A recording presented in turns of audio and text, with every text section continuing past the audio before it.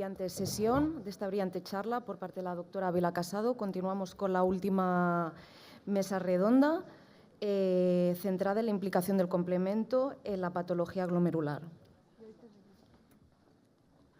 Ya funciona así. Bueno, como vamos ya retrasados, y seguro que nos van a decir cosas muy interesantes, pues le damos la palabra a Ana.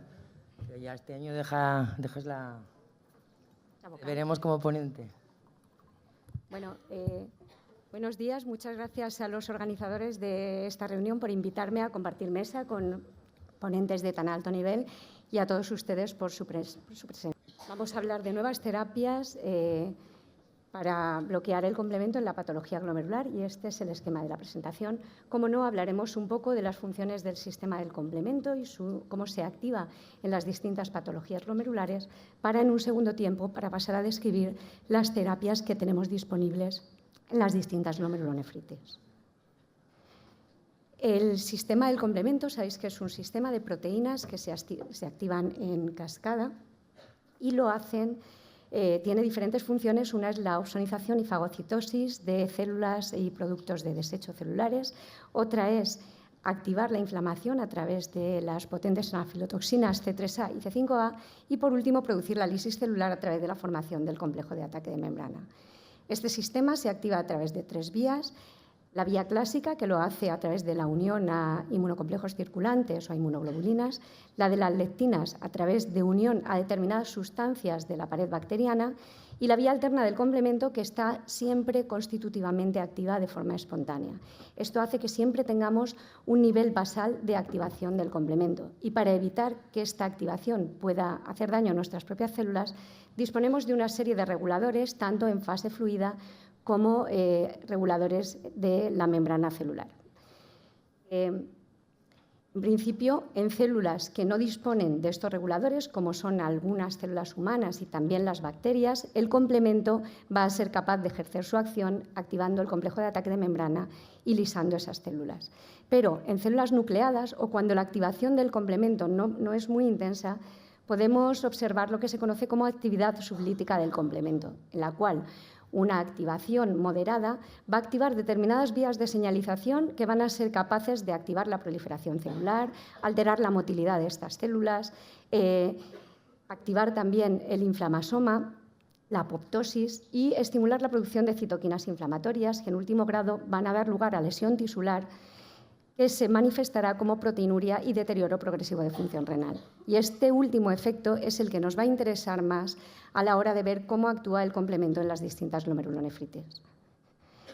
Esta imagen ya la habréis visto a lo largo de la reunión y lo único que quería remarcar, pues eso, que el complemento está presente en casi todas las patologías renales de un modo u otro. Hay algunas patologías donde el complemento forma parte de la base patogénica de la enfermedad, como es el hemolítico urémico o la glomerulopatía C3, mientras que en otra únicamente forma parte en proporcionar mayor gravedad o acelerar la progresión de la insuficiencia renal, como puede ser la nefritis lúpica o la nefropatía IgA.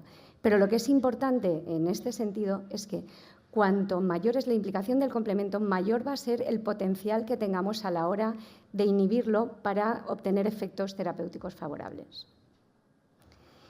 Y en esta imagen también quería destacar que el complemento se activa de distintas maneras a través de las distintas vías en las distintas glomerulonefritis. O sea, no siempre vamos a tener una activación igual.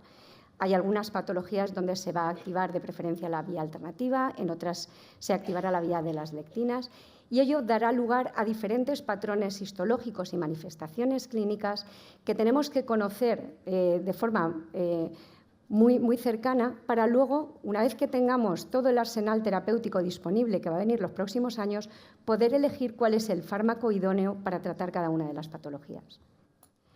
Y bueno, entrando ya un poquito más en materia, la glomerulopatía C3, sabéis que es el paradigma de la glomerulonefritis mediada por complemento y en ella se produce una activación de la vía alterna del complemento que va a dar lugar a depósito de C3 en el glomérulo. Dado que la vía alterna está muy activa, podemos plantearnos qué fármacos que bloqueen esta vía alterna podrían ser beneficiosos para evitar la progresión de la enfermedad. En este sentido, en un primer momento, el fármaco que se empezó a utilizar, porque fue el primero que había disponible, fue el eculizumab. Y la verdad es que mostró resultados muy inconsistentes. Se publicaron varios casos clínicos con una respuesta favorable a eculizumab, pero cuando se hicieron pequeñas series de casos, la respuesta ya no era tan homogénea. Y lo que se vio en este grupo de pacientes o en estas pequeñas series era que el eculizumab podía tener efecto favorable en pacientes que presentaban corta duración de la enfermedad, pero sobre todo si había cambios inflamatorios en la biopsia renal y enfermedad rápidamente progresiva con semilunas. Es dudoso que los pacientes que presentaban C5b9 elevado tuviesen mejor respuesta a eculizumab, pero lo que sí que parece claro es que el beneficio estaba limitado en formas no rápidamente progresivas.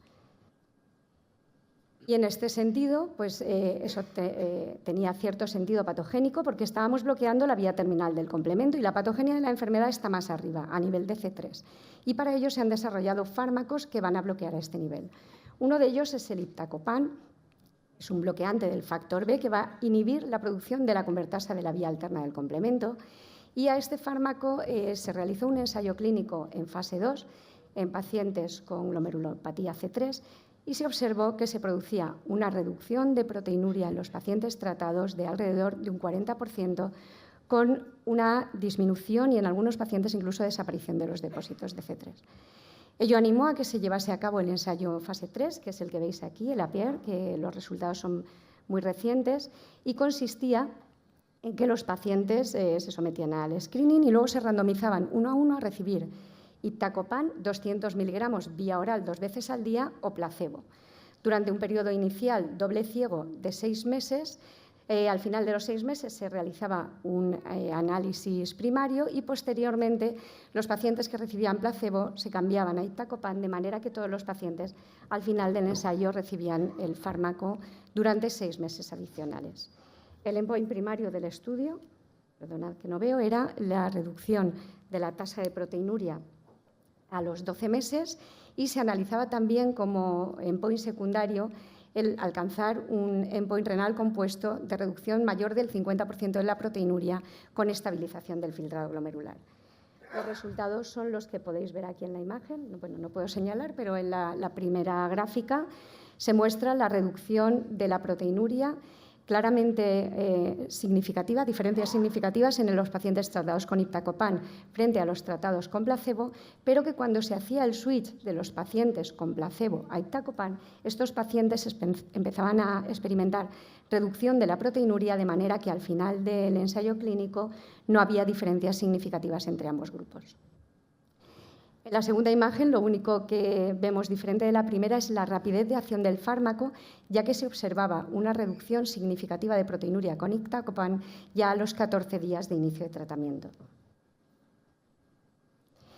Todo ello manteniendo estable el filtrado glomerular, aunque esta vez sin diferencias significativas en los pacientes tratados con iptacopan y los tratados con placebo.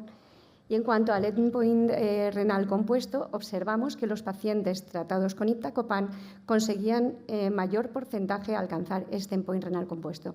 Y además que los pacientes que hacían el switch, al cabo de un periodo de tiempo de 6 meses, conseguían alcanzar este endpoint en un porcentaje similar a como lo habían hecho los pacientes tratados con iptacopan desde el inicio a los 6 meses. Por tanto, iptacopan mostró una reducción de proteinuria alrededor de un 37% en todos los pacientes del ensayo clínico, manteniendo estable la función renal y, por el momento, sin haberse descrito ningún perjuicio en la seguridad de los pacientes.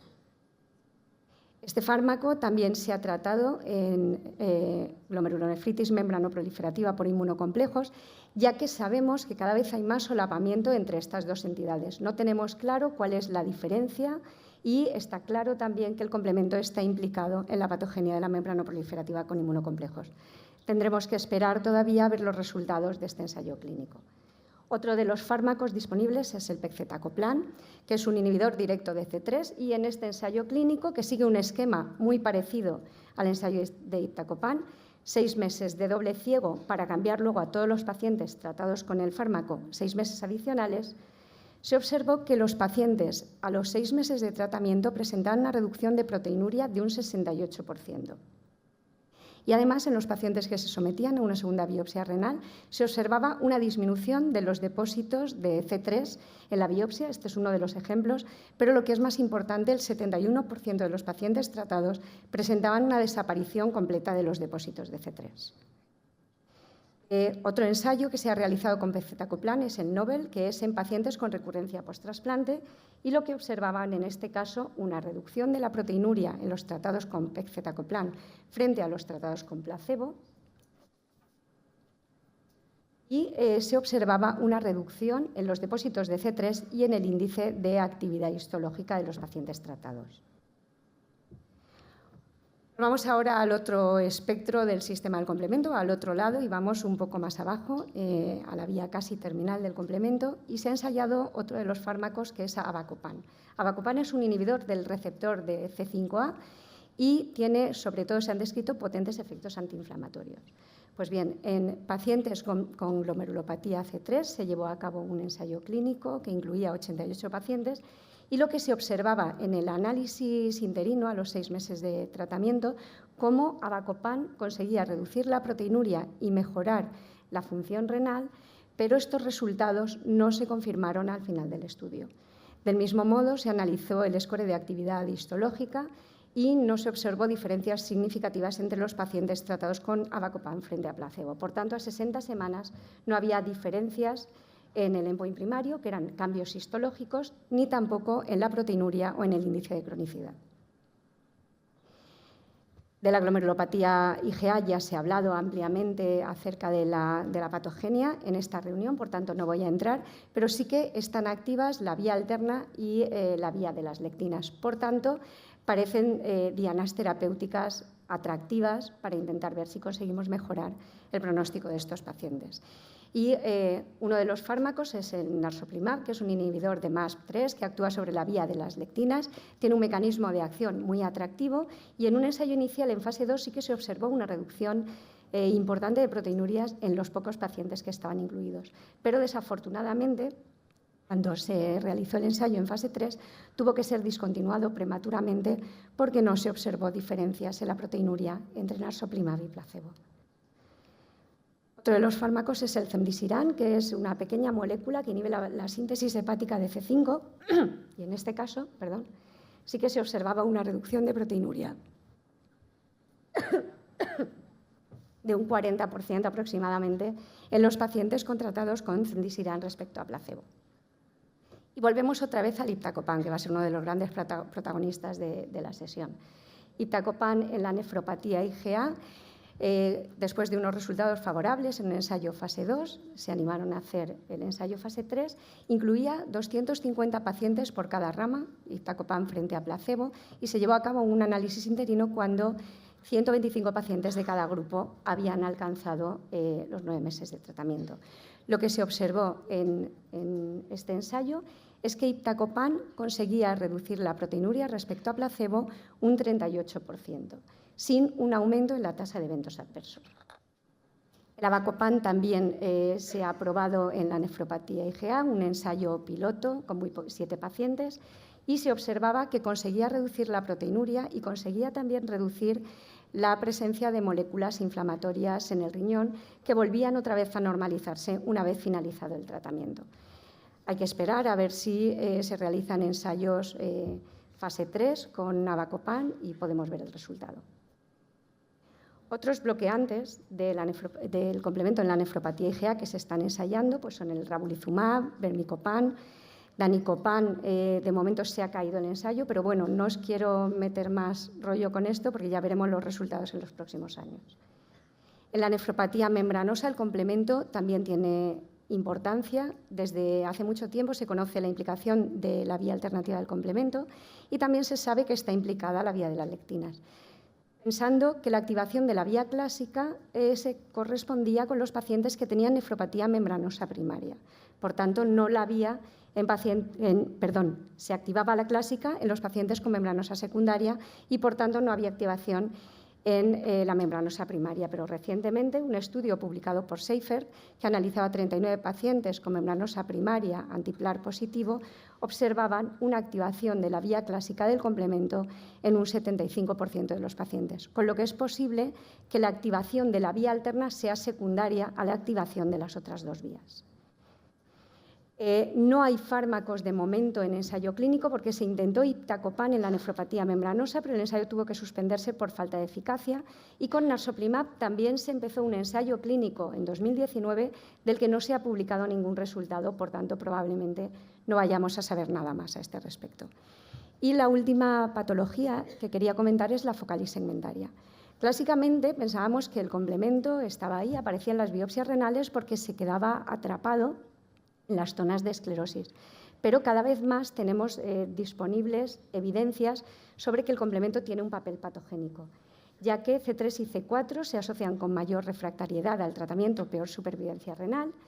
Se ha observado aumento de los niveles de 5A en pacientes con glomerulosclerosis focalis segmentaria y hay un aumento de esta proteína en las lesiones segmentarias.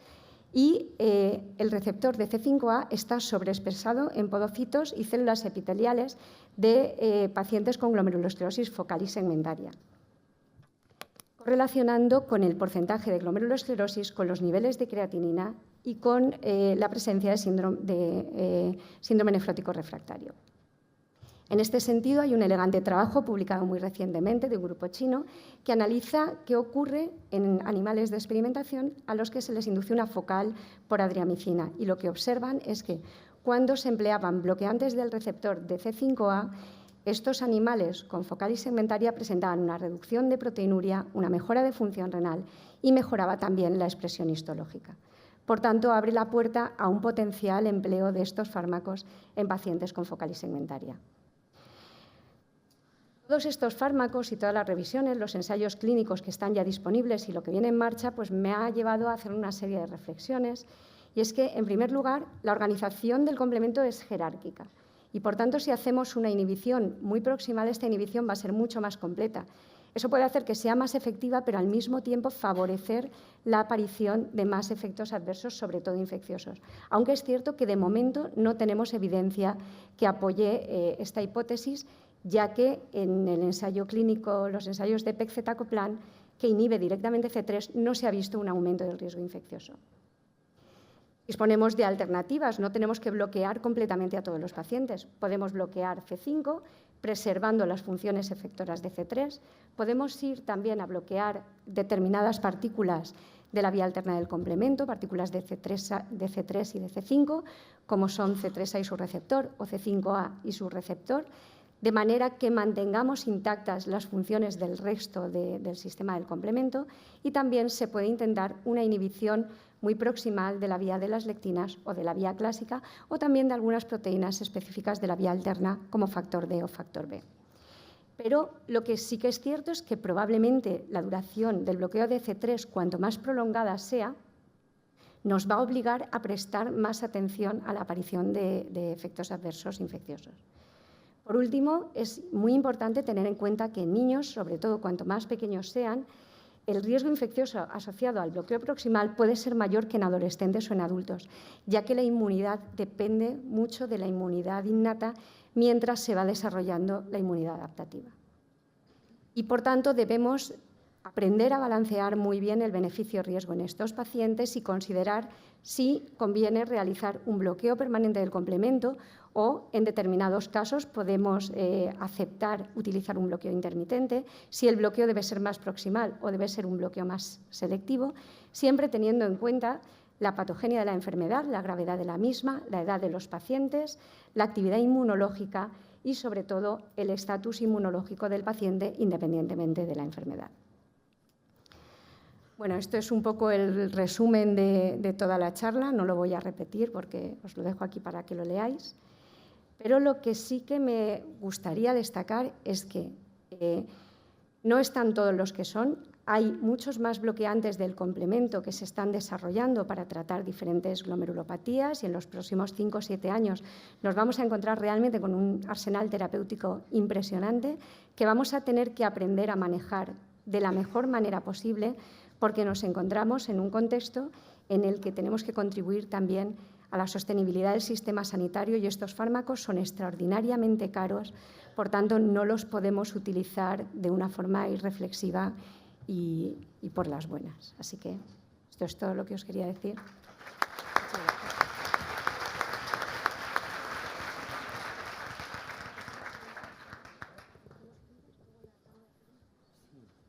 Bueno, ahora, pues excelente revisión, Ana, porque con lo que hay ahora mismo en el panorama va a ser muy complicado.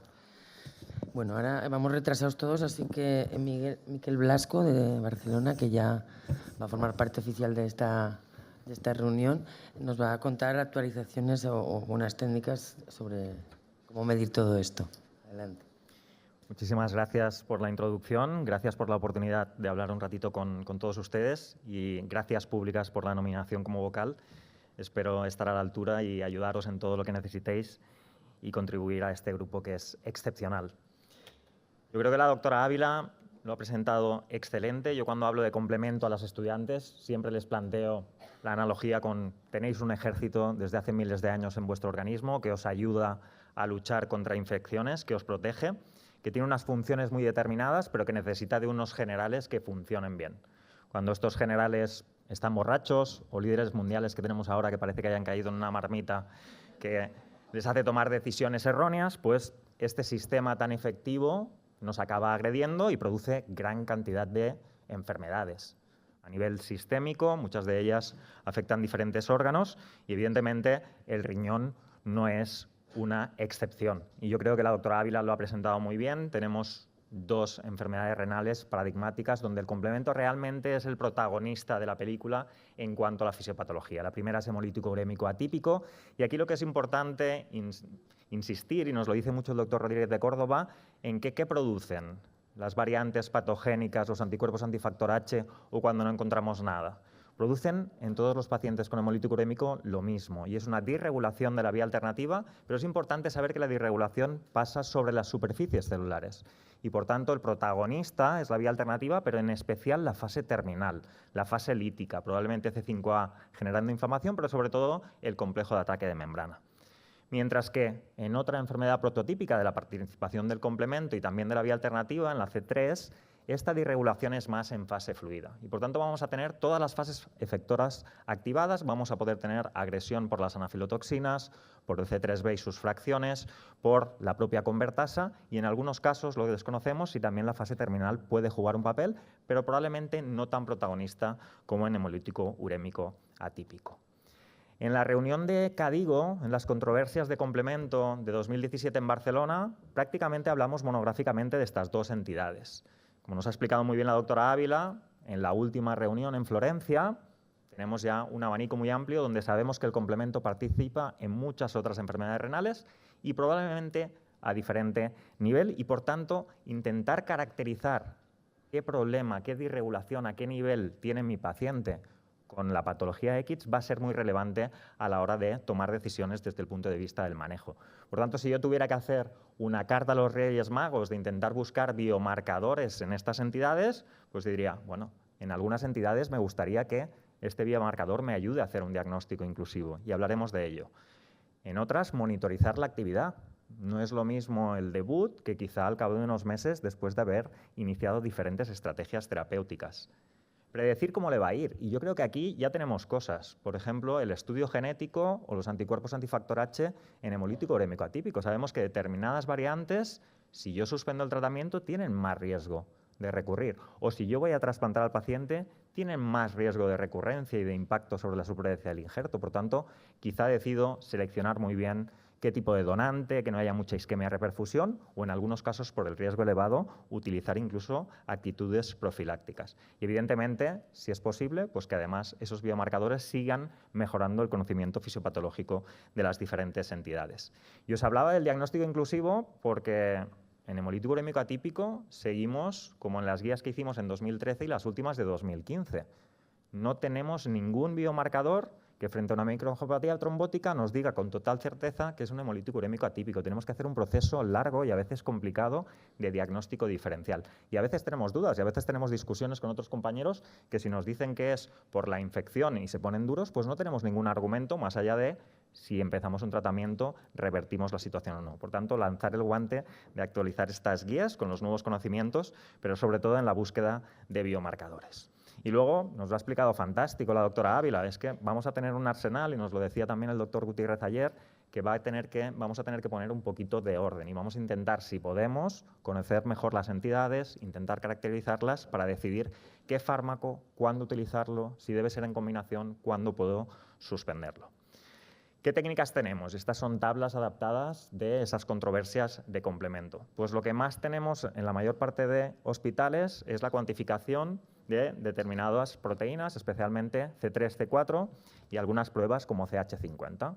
Está disponible en muchos hospitales, en práctica clínica. Nos dan cierta información, pero no es definitiva. ¿Qué información nos puede dar? Pues, por ejemplo, en un paciente con una sospecha de nefropatía lúpica, si tiene actividad de la vía clásica con un consumo de C3 y C4, y ya lo utilizamos muchas veces para monitorizar la respuesta. O en un paciente con C3, pues frecuentemente podemos encontrar niveles bajos de C3, pero no va a ser patoneumónico o niveles bajos de C3 en una proporción menor en pacientes con hemolítico urémico atípico. Santiago Rodríguez de Córdoba nos insiste mucho en la importancia de cuantificar estos factores en determinadas entidades, pero sobre todo si es posible hacer algún estudio funcional también que lo complemente para saber no solo si está sobreactivada la vía y qué vía está sobreactivada, sino cómo podemos saber cómo impacta eso o a qué nivel impacta en la vía. Algo que a mí me parece muy prometedor son las fracciones de proteínas activadas o de diferentes complejos. Y me parece interesante porque ya tenemos ELISA, incluso tenemos múltiplex de ELISA que nos permiten diseñar qué queremos medir en nuestro paciente e incluso medirlos todos a la vez. Probablemente la dificultad aquí aún la tenemos en que son kits realmente caros y que no los tenemos disponibles en todos los centros y menos aún en la práctica clínica, pero sí que puede ser una buena estrategia para monitorizar a nuestros pacientes y para generar ese conocimiento que ahora no tenemos. Las limitaciones las de siempre, en este sentido, cuando manejamos complemento y queremos monitorizarlo, pues hay que hacer unas extracciones muy claras, hay que procesar la muestra de una manera muy determinada para evitar que lo que veamos en complemento no sea porque esa muestra no se haya procesado adecuadamente. En algunos casos vamos a monitorizar anticuerpos y en algunos casos es diagnóstico y es el caso de los anticuerpos antifactor H en el hemolítico urémico atípico. En otros casos, como en la C3, y se ha hablado ampliamente, encontramos factores nefríticos, básicamente son los más frecuentes, pero aún no sabemos muy bien qué impacto tienen en la fisiopatología y si fijarnos en ellos puede dirigir nuestro tratamiento o cambiar nuestro manejo de los pacientes. Y finalmente, pues tenemos las pruebas in vitro. Como decía, la que tenemos más disponible es CH50, muchas veces la utilizamos cuando utilizamos bloqueadores de la fase terminal para saber si está bien bloqueado, para saber si tengo que tener paciencia, el riñón ya recuperará, las plaquetas vendrán de aquí a una semana, pues puede ser una buena estrategia en algunos casos que llevan bloqueadores de la fase terminal. Tenemos otras técnicas que son muy elegantes, como es el test de Hams modificado, pero que fuera del grupo de Bérgamo, la verdad es que otros grupos no hemos conseguido realizarlas en el laboratorio y no nos ayudan mucho. Y luego, la que nos toca hablar es el cultivo de célula endotelial, de esta artispe, de las HMEC, tanto muestras de suero como de plasma. Y que algo que a mí me quedó un poquito la espinita clavada en esas controversias de Cadigo fue que en 2017 la primera reunión y en 2022 la última, los popes de complementos siguieron diciendo que eran técnicas que no podíamos incluir, que en eso podemos estar de acuerdo, pero que no hicieron ninguna estrategia como para decir vamos a cambiar esta evidencia de aquí a 5 años. Vamos a hacer alguna estrategia y si el problema es que solo se hacen en centros especializados o si no está validada, ¿qué estrategias podemos hacer de manera conjunta para intentar validarlas si pueden ser interesantes? Y a mí me lo parecen en algunos aspectos. Esta fue la primera publicación del grupo de Bérgamo, de Marina Norris y Beppe Remucci. Básicamente la técnica se basa en un cultivo de células endoteliales que exponemos a suero de pacientes, en este caso eran pacientes con hemolítico urémico atípico, y donde lo que intentan es teñir por inmunofluorescencia. En azul lo que veis son los núcleos de las células endoteliales y en rojo el depósito del complejo de ataque de membrana, del D5B9. ¿Qué vieron en un grupito pequeño en este primer paper de pacientes? que los pacientes en fase activa, independientemente del factor que tuvieran predisponente, aquí veis las diferentes mutaciones de los pacientes o si tenían anticuerpos antifactor H o en la última columna pacientes que no tenían ninguna variante identificada, en fase aguda tenemos un depósito muy importante. Cuando estos pacientes entran en remisión clínica, este depósito desaparece, por tanto parecía una técnica atractiva. Posteriormente tienen diferentes publicaciones con ya Ns mucho mayores y donde, por ejemplo, no solo les sirve para monitorizar la actividad, sino que haciendo una pequeña modificación y activando esas células endoteliales con un segundo hit, incluso eran capaces de identificar portadores sanos de diferentes variantes patogénicas. Y esto no solo lo ha reproducido el grupo de Bérgamo, hay un grupo importante en Holanda, liderado por el doctor Timmermans, que tiene diferentes publicaciones bastante congruentes desde el punto de vista de que cuando vemos depósito de C5b9, el paciente con hemolítico urémico atípico está en fase activa, cuando entra en remisión desaparecen, y aquí la novedad es que ellos vieron también depósito en pacientes con hipertensión maligna. Yo siempre me he quedado con ganas, y lo hemos comentado en diferentes foros con el doctor Timmermans, de caracterizar mejor esos pacientes con hipertensión maligna, porque como enseñó un estudio de la Glossen, los pacientes con hemolítico urémico atípico muy frecuentemente tienen hipertensión maligna. Por lo tanto, me hubiera gustado saber si estos pacientes fueron tratados con bloqueadores de complemento, si tenían variantes patogénicas relacionadas con genes de complemento. Posteriormente aportamos nuestro grupito de ARENA, con multitud de centros españoles y aquí presentes muchos de ellos, agradeceros esa colaboración porque es la única manera en enfermedades ultra raras, donde nuevamente vivimos una muy buena correlación en hemolítico urémico atípico. Hicimos una pequeña modificación de la técnica, en lugar de suero utilizamos plasma activado y luego abrimos otras líneas de investigación. ¿Qué pasa en otras microangiopatías que vemos más frecuentemente en la clínica? En este caso, unos pocos pacientes con hipertensión maligna no vimos ningún tipo de depósito y en microangiopatías trombóticas que podemos considerar asociados al embarazo, sí que vimos que especialmente en la fase más aguda del síndrome de HELLP y en preeclampsias graves de inicio precoz había un depósito importante y esto ha llevado a posteriores publicaciones en ese sentido. Evidentemente, la fisiopatología aquí es diferente, tiene que ver con la microcirculación a nivel placentaria, hay un montón de factores de daño endotelial, pero parece ser que en la fase más grave de las pacientes el complemento también podría estar implicado. Y la verdad es que es un lujo ver que otro grupo español, catalán, de Vallebrón, ha publicado muy recientemente también su experiencia con la técnica, evaluando el depósito y viendo que especialmente en pacientes que están en fase activa de hemolítico urémico atípico se produce un depósito, cuando entran en remisión desaparecen y además contribuyeron con experiencia en otro tipo de pacientes como es la microangiopatía trombótica asociada a diferentes trasplantes. Por lo tanto, yo creo que evidentemente estoy de acuerdo con los expertos en que es una técnica difícil, que de momento la estamos haciendo en poquitos centros, que hay que validarla, pero hay muchas evidencias de que pueden ayudarnos, especialmente en hemolítico urémico atípico, a darnos la tranquilidad de que el diagnóstico que hemos hecho es correcto, a monitorizar el tratamiento, y hay bastantes pacientes incluidos en los que se ha cambiado la dosis o se ha aumentado el intervalo, que siguen en remisión clínica y que no tienen depósito de C5b9, nos da cierta tranquilidad.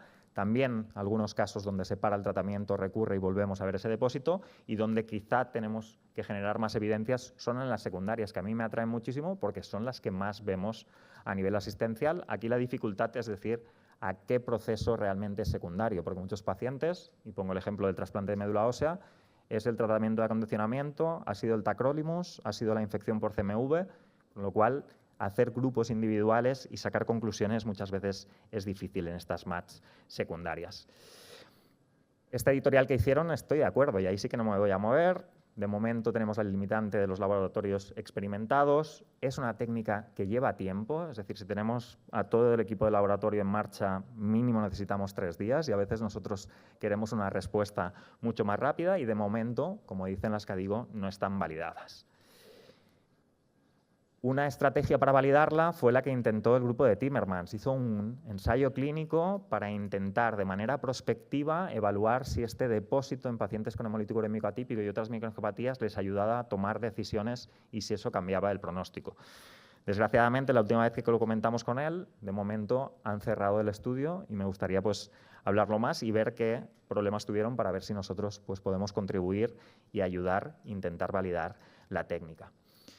¿Cuáles creo, y esto ya es opinión personal, que deben ser las siguientes estrategias? Pues intentar que los test sean lo más simple posibles e intentar llevarlos a la cabecera del paciente. Quiere decir que sea relativamente rápido el resultado.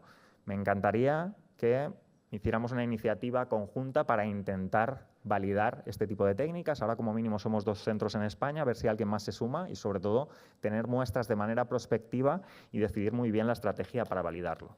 Como os comentaba, las formas secundarias y también otras formas, ¿no? Si cualquier biomarcador en las diferentes glomerulopatías que hemos hablado hoy, pues puede ayudarnos a tomar decisiones. En estas líneas futuras, mirar lo que ha publicado el doctor Rodríguez de Córdoba hace muy poquito tiempo y que ya ha explicado en varios foros. Es un test, y os recordará mucho al que nos hicieron varias veces con el COVID, para detectar anticuerpos antifactor H. Si os fijáis, en la línea superior es el control, y luego es capaz de identificar no solo si tiene anticuerpos, sino si son IgM, IgG, y luego la amplitud de la banda es semicuantitativa. Esto se puede hacer al lado del paciente. Esto puede ser diagnóstico, especialmente pacientes adolescentes que pueden tener más incidencia de anticuerpos antifactor H de un hemolítico urémico atípico, y podemos empezar el tratamiento en cuestión de horas. Otro ejemplo es el de caracterizar bien lo que decíamos. En este caso, este grupo lo que hace es un Luminex para caracterizar el factor C3 nefrítico. Y lo que hace es ver si tiene una función que favorece la formación de la convertasa, que la estabiliza, o si tiene las dos. Y lo que ve es que los pacientes que tienen una IgG que estabiliza y que favorece la formación, todos tienen C3 consumido y, lo más importante, tienen un peor pronóstico renal. Por tanto, caracterizar, y si tenemos que decidir el tratamiento, pues quizá estos pacientes serían por los que deberíamos empezar.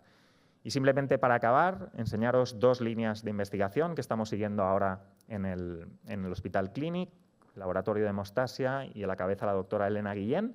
Una es valorar la actividad del complemento por diferentes biomarcadores en ANCA vasculitis, y de momento los resultados preliminares, muchos de vosotros habéis contribuido con pacientes, en 60 pacientes nos enseñan que el depósito de C5b9, los niveles séricos y también los niveles séricos de factor B son unos buenos marcadores que se correlacionan con la fase activa y la remisión de la enfermedad.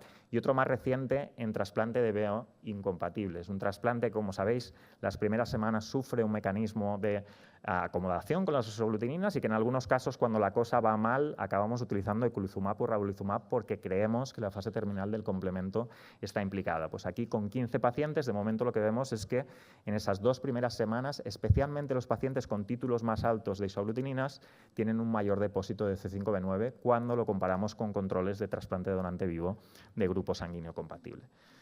Por tanto, a modo de conclusiones, nos queda muchísimo trabajo, pero la verdad es que es un campo muy atractivo, muy difícil, pero que yo creo que tenemos que perseguir, sobre todo en la era que estamos entrando de multitud de moléculas que van a bloquear a diferente nivel. Y nada más, hace 2 años os dije que mi hijo, que está por ahí arriba, nos lió para esta tradición, que es una tradición catalana, que son las castells, que veis que hay mucha gente implicada, cada uno de su altura, cada uno con una fuerza diferente, con un género diferente, pero que todos son importantes para poder hacer estas construcciones. Y nada, invitarlos si veréis por Cataluña. Ahora ya me ha liado y ya estoy subiendo por ahí. Muchísimas gracias.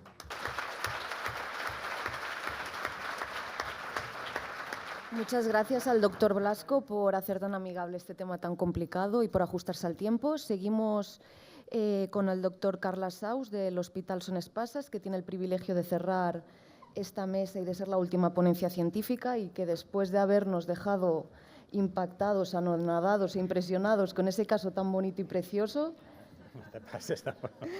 pues seguro que estaréis deseando de ver su charla, el punto de vista del patólogo en el complemento en la patología glomerular. Sí, bueno, lo mío va a ser de punto de vista del patólogo, nada que ver con la charla anterior, completamente estratosférica. Yo soy un patólogo soy un patólogo de rutina.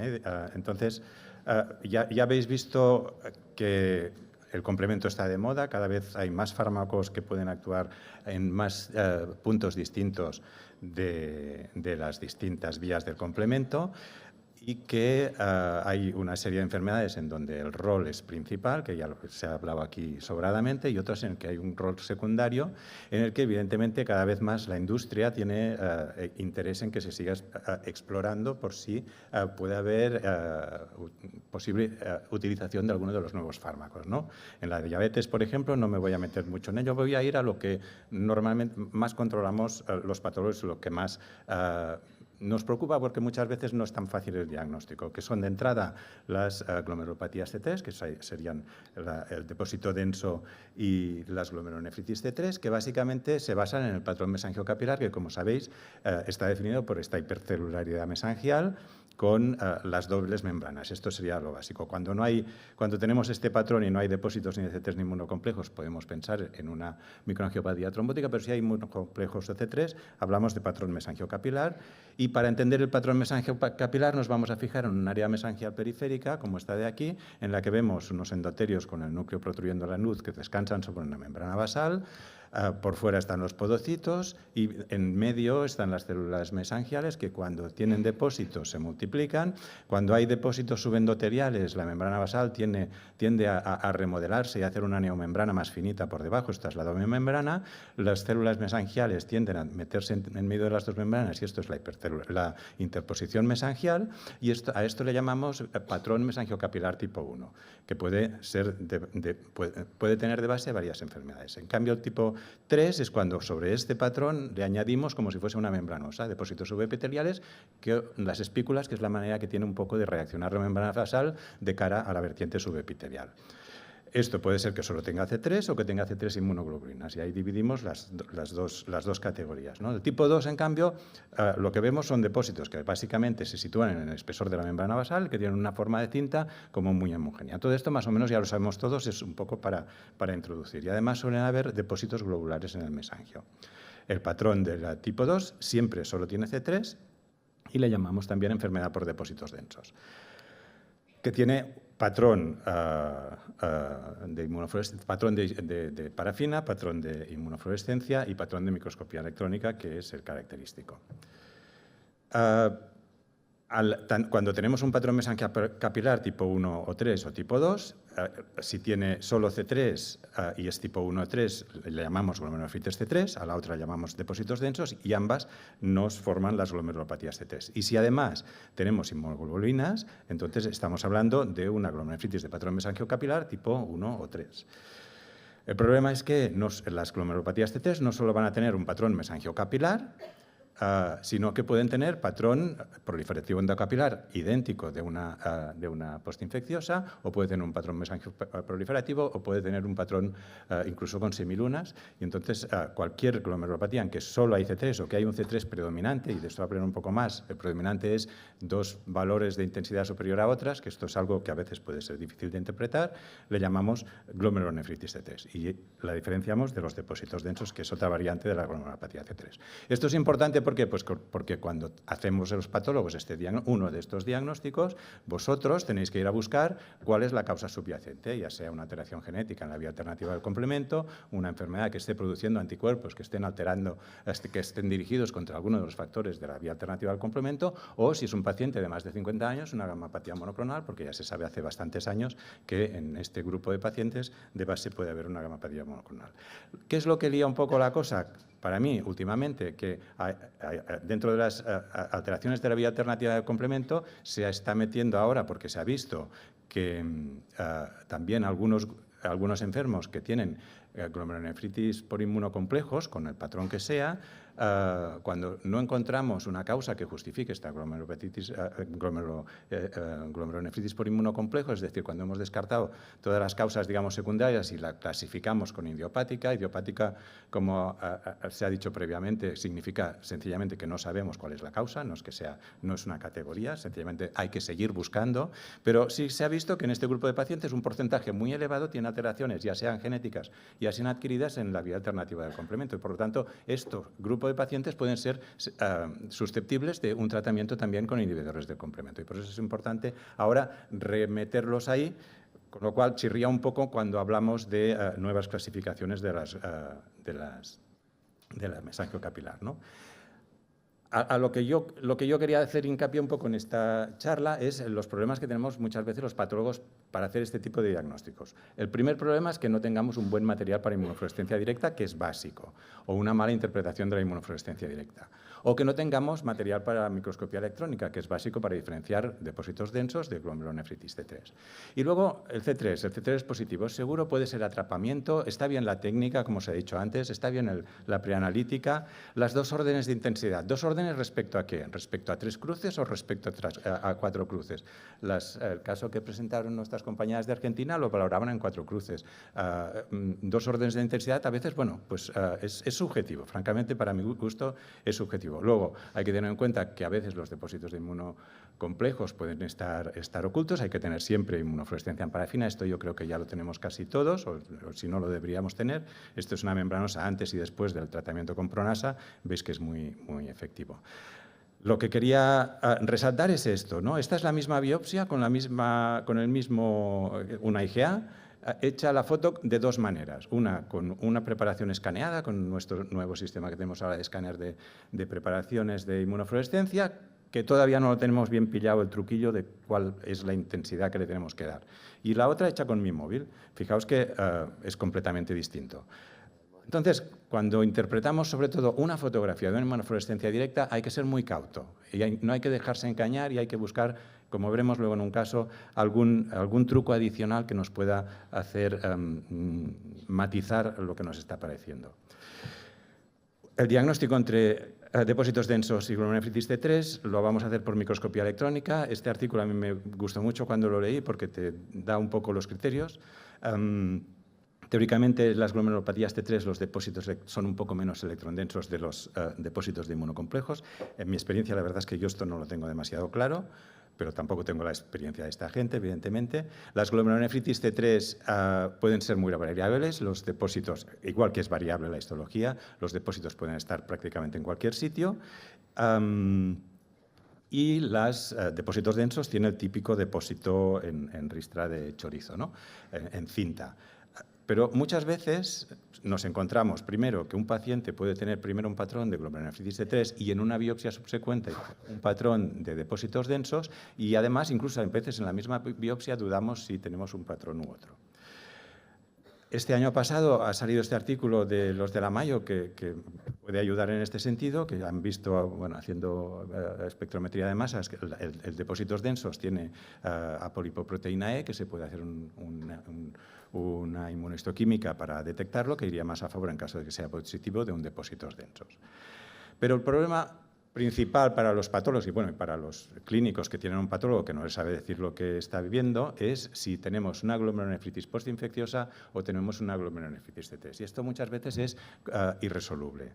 La clínica nos puede ayudar, ¿no? El descenso del complemento que persiste varios meses, la proteinuria, etcétera, que persiste varios meses, pero la histología muchas veces puede ser idéntica. Si vemos mucho patrón exudativo y muchos HAMS, nos va más a favor de que sea una postinfecciosa, pero una glomerulonefritis T3 muchas veces no, pero a veces tiene muchos HAMS y muchos neutrófilos, ¿no? Y además la postinfecciosa en resolución pierde HAMS y pierde neutrófilos, con lo cual muchas veces pueden ser indistinguibles. Salió este artículo de SETI hace ya unos años en que nos decía que el C4D nos iba a ayudar al diagnóstico diferencial y fue, la verdad, pues como, qué bien, ¿no? El C4D lo utilizamos sobre todo en el trasplante para ver el rechazo humoral en los capilares peritumorales. En los glomérulos el patrón es como mucho más caprichoso porque en el glomérulo hay una serie de moléculas que inhiben localmente el complemento y por eso se decidió no utilizarlo básicamente en la valoración del rechazo humoral. Y se utiliza el C4D para hay muchas enfermedades en donde el C4D es siempre positivo, en la amiloidosis, en la fibrilar, en las enfermedades por inmunocomplejos, pero en la IgA a veces es positivo y a veces es negativo. Cuando es positivo, esto ya lo sabéis todos porque han salido trabajos y se ha visto aquí en varias ocasiones, cuando es positivo parece ser que es un factor de mal pronóstico. Y hay una serie de enfermedades en donde, bueno, las intersticiales, los cambios mínimos, etcétera, suele ser negativo. En la membranosa es muy útil porque ves la membranosa a primer ojo, o sea, desde lejos, no tienes que bajarte a ver espículas. Y también parece que es útil para ver remodelamiento de membrana basal en microangiopatía trombótica incipiente. Cuando tenemos un patrón pseudolineal, ya sea en un trasplante o en una sospecha de microangiopatía trombótica, nos puede estar indicando una forma de microangiopatía trombótica. En un trasplante, de todas formas, hay que también tener en cuenta que uno puede tener un C4d positivo en el glomérulo, que puede ser granular y que si además la inmunofluorescencia es positiva también granular para IgG, puedes tener una de novo, una membranosa de novo, que muchas veces nos acompañan de C3 y que parece ser que un porcentaje elevado es igual a la glomerulonefritis membranosa que ocurre en el contexto de trasplantados de médula ósea, ¿no? Con un C3 negativo y con positividad para FAT1.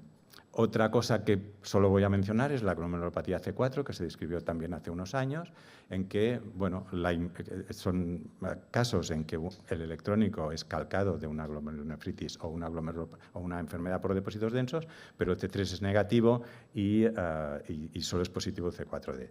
Eso se ha puesto en duda, por si pueden ser problemas de técnica, etcétera. Yo no lo sé, no tengo ninguna experiencia, pero si fuese verdad estaría implicada otra vía, la vía de las lectinas en este caso, ¿no?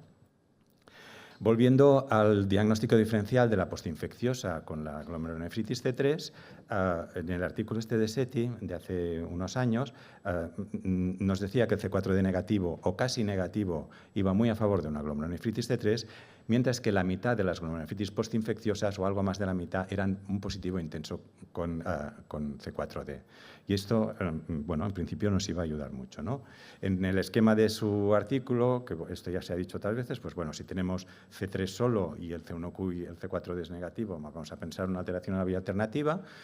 Si tenemos C3 positivo y algo de C4d, más o menos, además de la alternativa, estará la clásica y la de las lectinas. Si tenemos C3 inmunoglobulinas con C1q también positivo, estamos pensando en la vía clásica.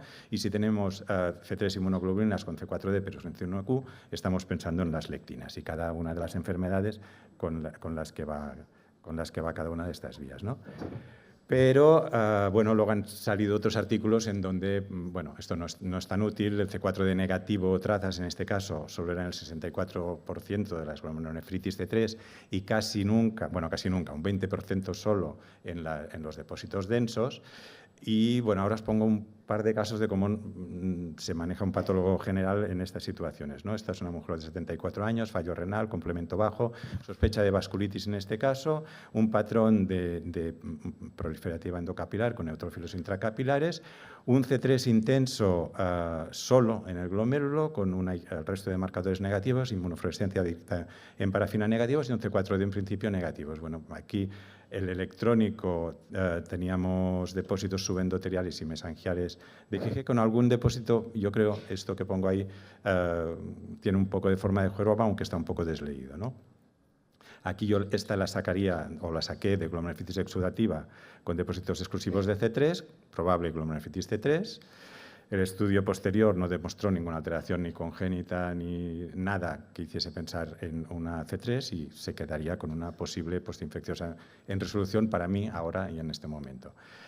Otra mujer de 50, ya veo que me estoy alargando, esta la voy a pasar muy rápido. Aquí tendríamos solo C3, resto de marcadores negativos, depósitos mesangiales y aquí tendríamos una intensa positividad para CD4D, aquí me iría más a favor de una postinfecciosa. Esta sería un trasplante renal con un patrón también proliferativo endocapilar focal, C3 positivo de patrón globular, depósitos en el electrónico, esto sería una recibida de una glomerulopatía C3. Y este último, que me ha llegado también de un niño de consulta de 9 años, en que viene de otro hospital, es un niño de 9 años con hipocomplementemia persistente, desencadenada después de una infección, también tiene un patrón mesangiocapilar. Y ahí sí que os quería que os fijáis un poco en el patrón de inmunofluorescencia. Fijaos, estas son las fotos que me mandaban, tiene un C3 predominante, pero parece que se ve un poco también otros marcadores. Uno, en la primera impresión de estas fotografías diría, vale, esto tiene todos los marcadores, no va a ser una C3. Sin embargo, a mí, el patólogo que me lo mandaba me decía, no, el C3 era mucho más positivo que los otros, era claramente más positivos. Y si os fijáis, cuando vemos el C1q, que aquí es a ver, Aquí lo veis. Veis que se ve como positivo, pero fijaos que se ve el fondo, se ven las estructuras del fondo se ven también. ¿Esto qué quiere decir? Pues que la cámara ha sobreexpuesto la imagen, con lo cual no te puedes fiar de esta foto, te tienes que fiar un poco de lo que te dice el patólogo que ha visto al microscopio en realidad. Y para él era claramente muy superior el C3 que el resto de los marcadores. En este caso, el C4D también era negativo y el electrónico, sacado de la parafina, porque él me lo había mandado porque no había podido hacer microscopio electrónico, en la parafina sí que parece que tiene un patrón en cinta que yo creo que es compatible con una enfermedad por depósitos densos. En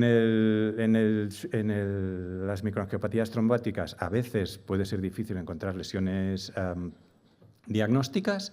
No siempre se ven los trombos, a veces se ven cambios secundarios, vellos colesterolados. Las dobles membranas a veces son muy focales.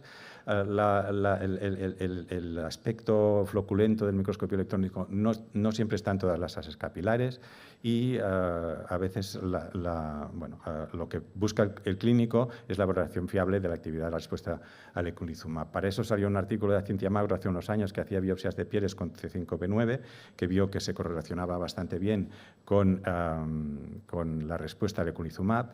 No he visto mucha más literatura de esto, yo no sé en qué habrá quedado, yo no lo he probado nunca. El C5b9 se ha descrito en muchas, en tejido por inmunohistoquímica o por inmunofluorescencia, se ha descrito en muchas enfermedades. El problema de interpretación es que el C5b9 cuando está ya en el tejido se queda y lo vas a ver ahí y no te da, como te da lo que nos han contado en la charla previa, idea de la actividad real del complejo de ataque terminal en el paciente, ¿no?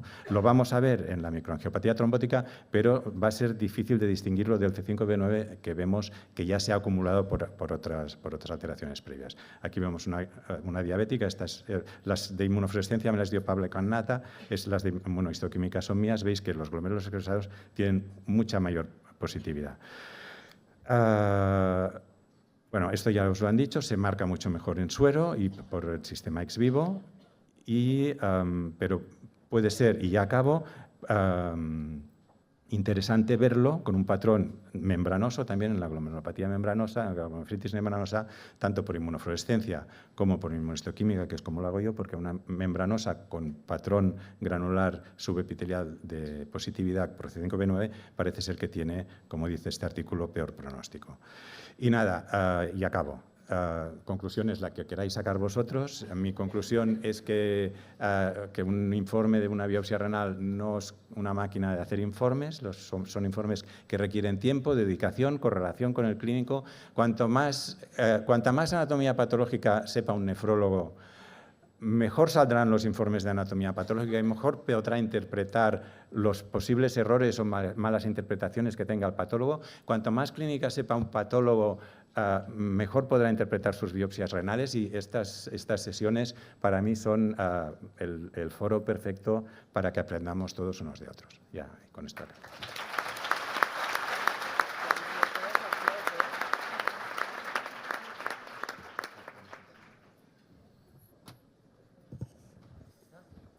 Bueno, pues como han sido súper puntuales los ponentes, lo han hecho en el tiempo, aunque vamos un poco retrasados, preguntas para cualquiera de ellos. Yo sé que todos tenéis viajes y ya queda muy poquito.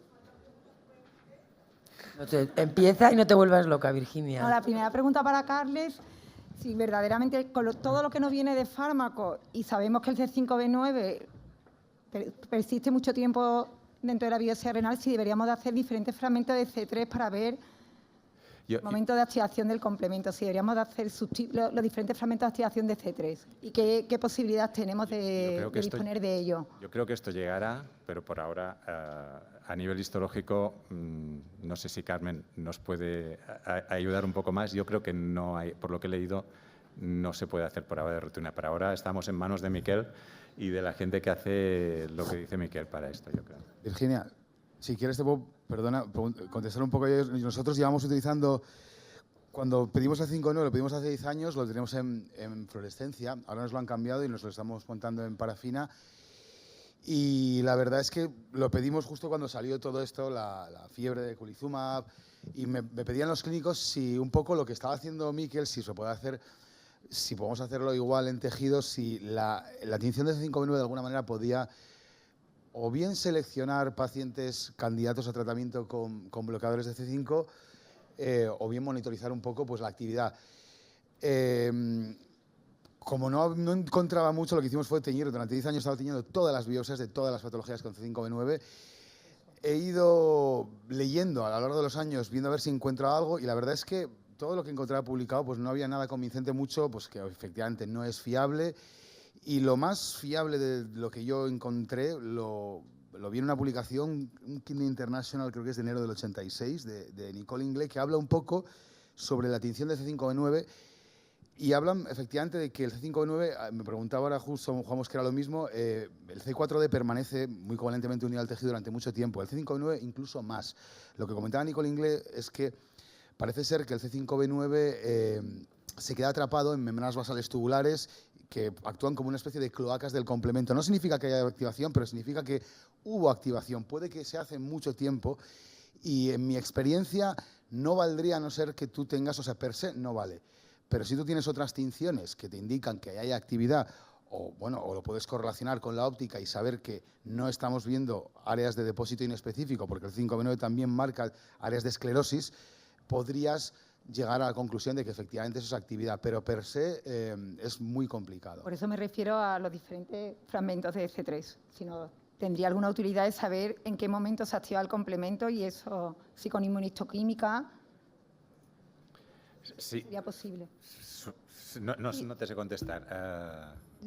Nosotros utilizamos, no lo utilizamos de rutina, no está validado, no lo utilizamos de rutina, pero sí lo utilizamos para los clinical trials. Los pacientes que están en algunas compañías que requieren biopsias de seguimiento para ver cómo ha evolucionado los pacientes, y aquí sí nos ha funcionado de manera comparativa del mismo paciente y solamente evaluar el glomérulo, cómo está en la primera biopsia, en la segunda o tercera algunas veces, cómo han desaparecido depósitos de C3 y cuál es esa positividad de C5b9, en la cual en el mismo glomérulo, mejor dicho, en el mismo paciente, evaluando el glomérulo nos lleva a poder decir si hay menos o más en el mismo, ¿no? Pero no lo utilizamos de manera rutinaria. Gracias. Pero sigue positivo, ¿no? Claro. Hola, gracias por su presentación. Yo tenía una pregunta para Ana. En la nefropatía C3, en los pacientes que van en tratamiento con iptacopan y micofenolato, ¿cómo hacéis la descontinuación del micofenolato o la retirada del mismo? O sea, que falta todavía el follow-up que nos presentarán del iptacopan, pero los pacientes que llevamos con iptacopan tenemos duda cómo hacer la bajada, si hay que hacerla, y la retirada del micofenolato.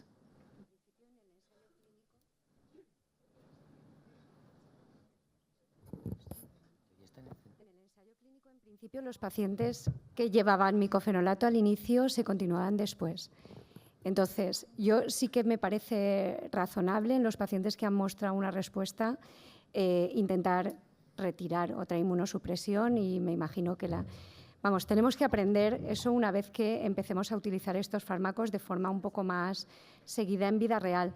Pero es razonable que si el paciente presenta una reducción de proteinuria, intentar una retirada de micofenolato progresiva en unos meses. Pero vamos, no tengo respuesta a esa pregunta. Vale, gracias. ¿Puedo? Yo me gustaría hacerle una pregunta a Carles, si me permitís. En las biopsias de trasplantado que a veces te encuentras depósitos de C3 que no sabes cómo interpretarlos, que son incidentales, que los glomérulos son ópticamente normales, que no tiene una enfermedad de base que sea una glomerulopatía C3, no tiene lesiones de esclerosis focal y segmentaria, ¿cómo, o sea, qué haces cuando te encuentras esos depósitos y qué es lo que te ayuda a decidir qué valor darle? Pues sudo un poco. Espero a mirarme el electrónico.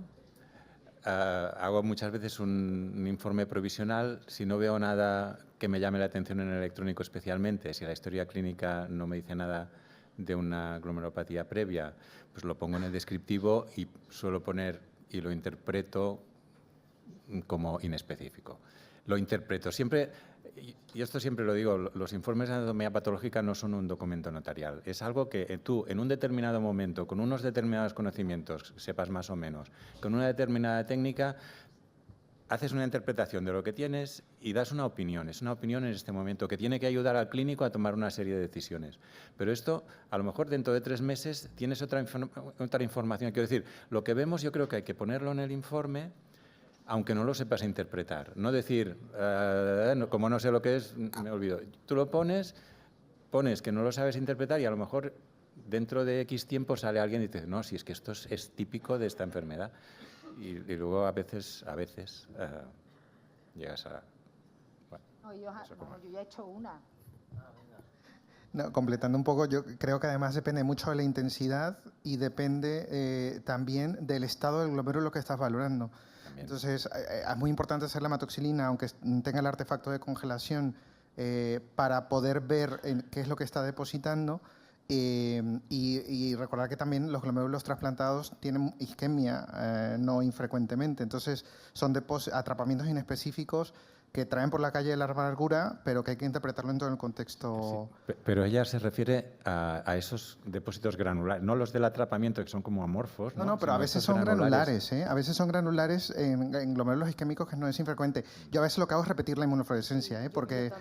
Pero a veces tienen hasta un patrón en cielo estrellado que dices, pero ¿cómo puede estar haciendo esto que no tiene ninguna traducción a nivel de la microscopía óptica, no hay nada y... Ni electrónica, ¿eh? Porque ni muchas veces no tiene electrónica. Ni electrónica. Claro, y a veces en trasplantados, si no tenía proteinuria, no siempre tomas material para microscopía electrónica, entonces... Yo sí he detectado que en un porcentaje, siguiendo lo que ha dicho muchas veces la doctora Ávila Casado, depende del momento y del corte y del técnico y de la porción, la parte analítica. Entonces, a veces el repetir la inmunofluorescencia nos hace quitarle importancia a ese depósito. Y luego, y en este mismo sentido, lo hemos comprobado con los estudios que hemos hecho en vasculitis. Por ejemplo, la vasculitis sabemos que es una enfermedad, vasculitis asociada a ANCA, que es una enfermedad que siempre se ha dicho que es pausinmune, pero hemos demostrado que un depósito más estable, como puede ser el de C3D, que es una fracción del complemento, se ha demostrado primero que hay activación del complemento y que se ha correlacionado con niveles séricos más bajos, aunque normales, pero en el límite inferior del C3, y que estos depósitos tienen peor pronóstico. Entonces, a veces utilizar fracciones del complemento, a mí me gusta mucho el C3D porque me saca de dudas muchas veces, y hemos demostrado que se asocia a actividad de otras enfermedades que clásicamente asumíamos que eran pausinmunes, ¿no? Bueno, Miki, dentro de en los casos de microangiopatía trombótica secundaria, ¿hay algún tipo de entidad que te hayas encontrado con más frecuencia un depósito de C5b9? Mira, nosotros lo tenemos ahora en práctica asistencial, con lo cual lo hemos hecho en todas las secundarias. La dificultad que tengo es la que os transmitía anteriormente, que es muy difícil categorizar muy bien grupos donde solo hay un factor que tú crees que es, o que le pones la etiqueta de secundario. Porque lo que vemos mucho es en el contexto del trasplante hematológico, por ejemplo, que ahí afortunadamente aún hay un ensayo clínico con bloqueadores de complemento. Yo creo que ahí veremos un poco si es efectivo o no, pero en las otras me es muy difícil. El grupo mayor que tenemos y que me da la sensación que habitualmente tiene un depósito importante es el de las infecciones virales, especialmente en pacientes inmunodeprimidos con CMV y en algunos casos que han hecho incluso recurrencias. Ahí sí que hemos visto más depósitos. Yo te diría que es el grupo, conjuntamente con el del trasplante hematológico, que nos parece súper interesante, porque son estos pacientes que llegan tan graves a la UCI, acabamos poniendo el tratamiento y no sabemos muy bien. Pero el de las infecciones virales, que es el grupo más grande, sí que hemos visto más depósito. En las otras me es muy difícil decir si realmente ha sido el tacrolimus, si ha sido el tacrolimus más la infección bacteriana que tenía. Entonces, ese subgrupo de infecciones virales sí que hemos visto más depósito. De lo que decías antes, súper interesante hablar con Santiago, porque él tiene varios anticuerpos que nos dejó testar en biopsias. Lo comentaba ayer con Teresa Cabero por el caso que tenían de factores relacionados con síncope, y tiene también las fracciones de C3, y yo creo que sería interesante ver cómo funcionan en glomerulopatía C3. Sí. Nosotros nos ha costado un poco poner a punto, pero ya tenemos C5b9 en orina. no en sangre. Y la verdad es que en orina correlaciona muy, muy bien con la actividad de la enfermedad, al menos en el momento agudo. Elena Goicoechea lo está trabajando y poniendo a punto la técnica, pero cuando lo hemos ido testando nos va bien. Nos falta ver si a lo largo de la enfermedad los que responden, los que no responden, pero en el momento basal, correlacionándolo con la biopsia y el grado de actividad de la biopsia, las vasculitis, nos ha ido muy bien. Solamente yo quería hacer un comentario sobre lo que ha dicho Ana. Yo creo que es un tema abierto, pero yo no estoy completamente segura que en las C3, cuando se trate con iptacopan, haya que quitar el micofenolato. Yo tengo muchas dudas y como tengo dudas y soy cobarde, no lo hago, porque en las C3 genéticas 10-15%,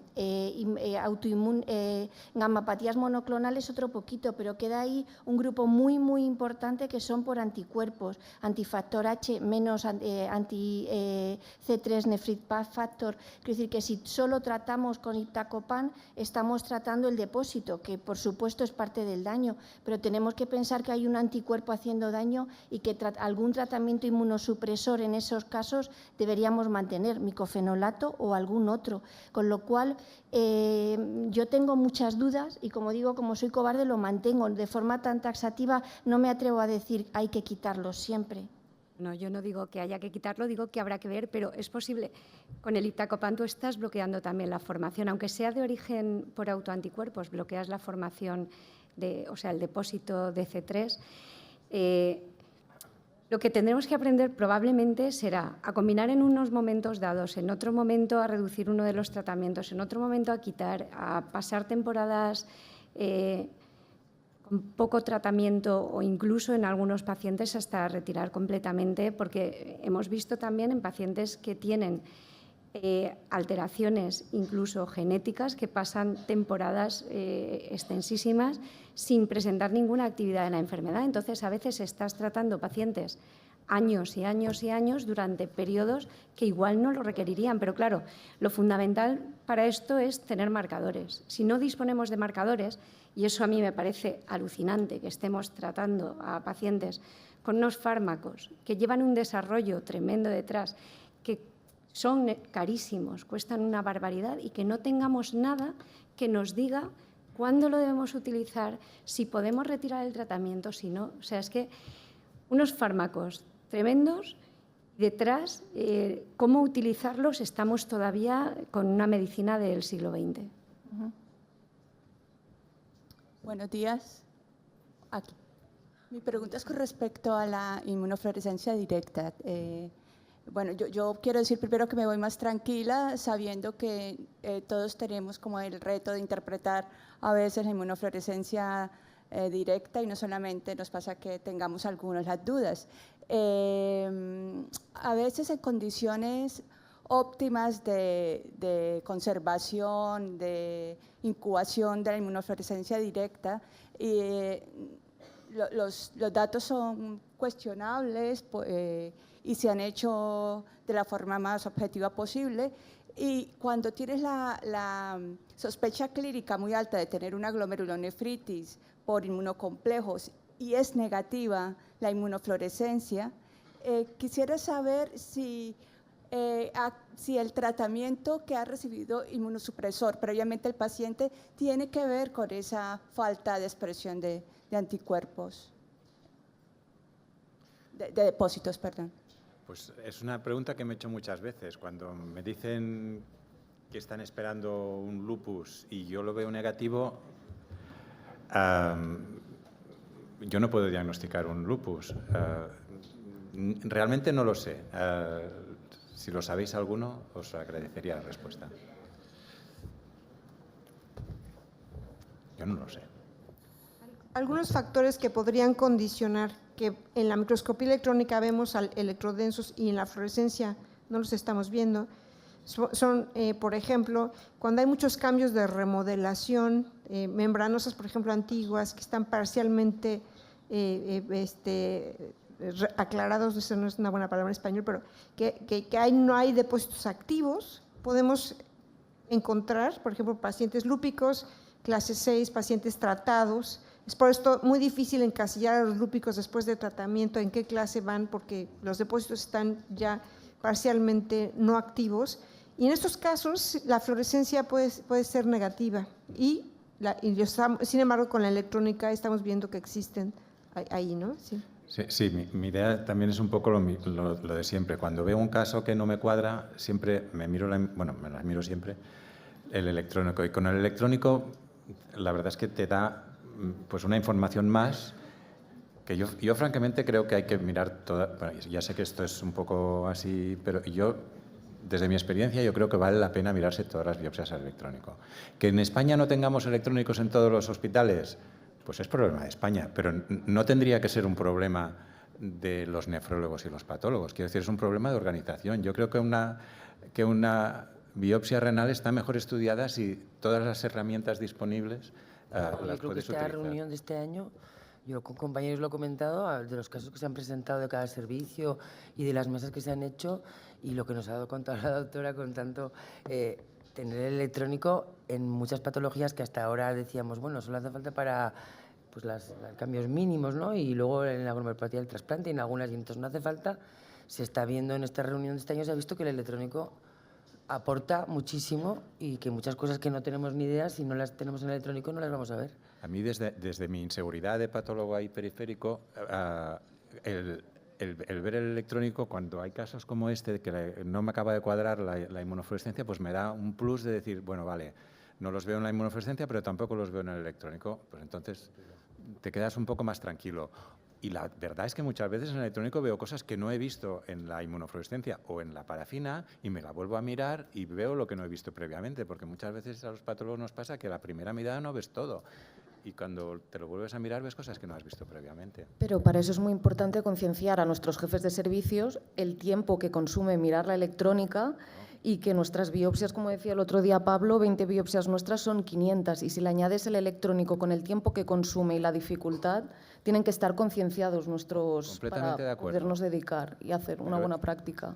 Completamente de acuerdo, pero ¿estáis de acuerdo vosotros en que tendríamos mejor calidad si hubiese más nefropatólogos en los hospitales con más tiempo para verse las biopsias? ¿Qué vale un tratamiento de estos del complemento? Es que estamos empezando muchas veces la casa por el tejado. Sin un buen diagnóstico no hay un tratamiento fiable.